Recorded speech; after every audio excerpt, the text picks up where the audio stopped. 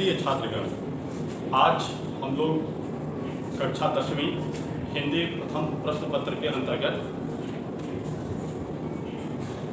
8-10 नेताजी का चश्मा नामक अध्याय का अध्ययन एवं अध्यापन करेंगे।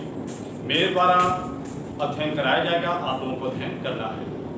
तो सबसे पहले बच्चों, मैं इस पाठ के प्रमुख पात्रों के विषय में बताना चाहूँगा। इस पाठ में सबसे पहले हालदार साहब आते हैं।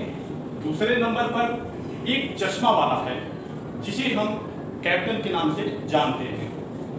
अब दूसरा प्रकार है गौण पात्र। तो गौण पात्र में पहला है पान वाला। अब चलते हैं हम लोग पाठ का सार या सारांश के विषय में।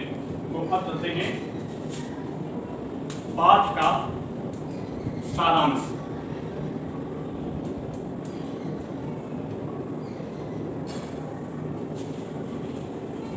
पाठ का सारांश। सीमाओं से घिरा होने से ही कोई भूभाग देश नहीं बन जाता। देश उसमें रहने वाले नागरिकों, पशु पक्षियों, नदियों, पहाड़ों तथा वनस्पतियों के योग से बनता है। इन सबसे प्रेम करना और इन सबकी समृद्धि और उन्नति के लिए प्रयास करना ही देशभक्ति है। नेताजी का चश्मा शीर्षक कहानी कैप्टन चश्मे वाले के माध्यम से देश के करोड़ों नागरिकों द्वारा देश के निर्माण में अपने तरीके से किए गए योगदान को प्रकट करती है। अर्थात इस प्रकार से हम कह सकते हैं कि अभी यह अगस्त का महीना चल रहा है। 15 अगस्त को हम लोगों ने स्वतंत्रता दिवस भी मनाया। तो स्वतंत्रता दिवस से या देशभक्ति से संबंधित है यह पाठ हम लोगों के सम्मुख है। जैसा कि भूगोल में या ज्योग्राफी में हम लोग किसी भी देश, दुनिया के किसी भी देश का मैप या चित्र नक्शा बनाते हैं, तो जैसे भारत का नक्शा हुआ, अमेरिका का नक्शा हुआ, जापान का हुआ, चीन का हुआ, किसी भी देश का, पाकिस्तान का नक्शा हुआ, किसी भी देश का अगर नक्शा हम लोग बनाते हैं तो प्रिय बच्चों वह नक्शा देश नहीं कहलाएगा, बल्कि देश तो उसे हम कहते हैं कि किसी भी देश के अंतर्गत वहाँ के नागरिक, वहाँ के पशु पक्षी, वहाँ के पर्वत, पहाड़, झील, पोखरे इत्यादि प्राकृतिक जितनी भी वस्तुएं हैं और मनुष्यों को लेकर जितनी भी ये सारे वस्तुएं हैं, इनसे कहीं जाकर देश बनता है। अगर हम मनुष्य हैं तो दूसरे मनुष्य या जीवित प्राणियों के लिए हम क्या कर सकते हैं, उनके लिए हम क्या सेवा दे सकते हैं अपनी तरफ से, यही देशभक्ति है। इसी पर आधारित यह आज का हमारा पाठ है। तो आइए देखते हैं पाठ का विषय और उससे संबंधित महत्वपूर्ण बातें। हालदार साहब कंपनी के काम से प्रायः उस कस्बे से गुजरते थे। वहाँ पान की दुकान से पान भी खाते थे। कस्बे के बाजार में मुख्य चौराहे पर नेताजी सुभाष चंद्र बोस की संगमरमर की कमर तक की 2 फुट ऊंची मूर्ति बस्त लगी थी। यहाँ पर नेताजी सुभाष चंद्र बोस की मूर्ति को अंग्रेजी में बस्त कहा गया है, BUST, बस्त। ठीक है, नेताजी सुभाष चंद्र की बोस की मूर्ति चौराहे पर लगी थी, जिसे अंग्रेजी में बस्त के नाम से जाना जाता है। इसे नेताजी की मूर्ति को हम बस्त करते हैं, इस बात हमेशा याद रखेंगे। बस लगी थी, मूर्ति सुंदर थी, परंतु नेताजी की आंखों पर चश्मा संगमरमर का नहीं था। चश्मे का काला चौड़ा फ्रेम मूर्ति की आंखों पर लगा दिया गया था।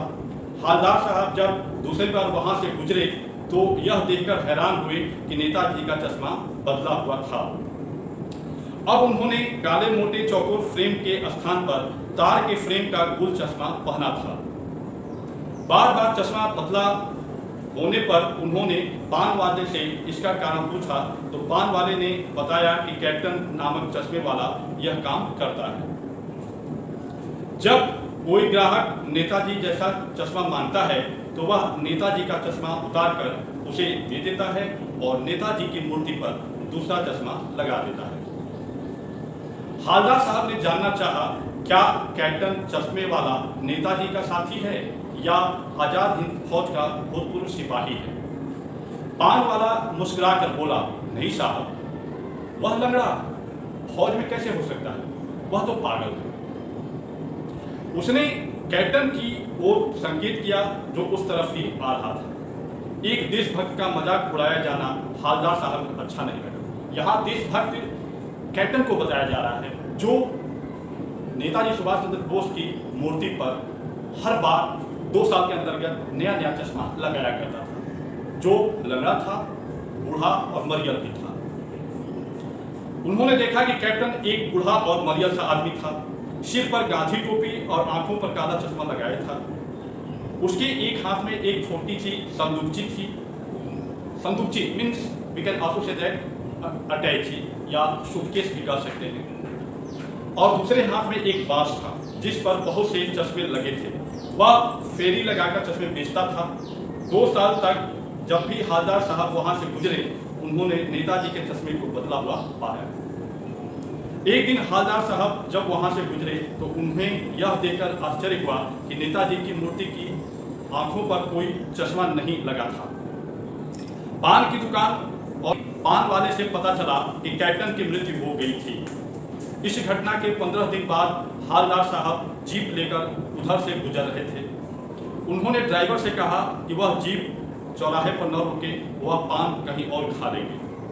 वह बिना चश्मे के नेताजी को देखना नहीं चाहते थे, परंतु चौराहे पर पहुंचते ही उन्होंने ड्राइवर से गाड़ी रोकने को कहा और जीप के रुकते ही कूदकर तेज कदमों से मूर्ति के सामने पहुंचे और अटेंशन में खड़े हो गए।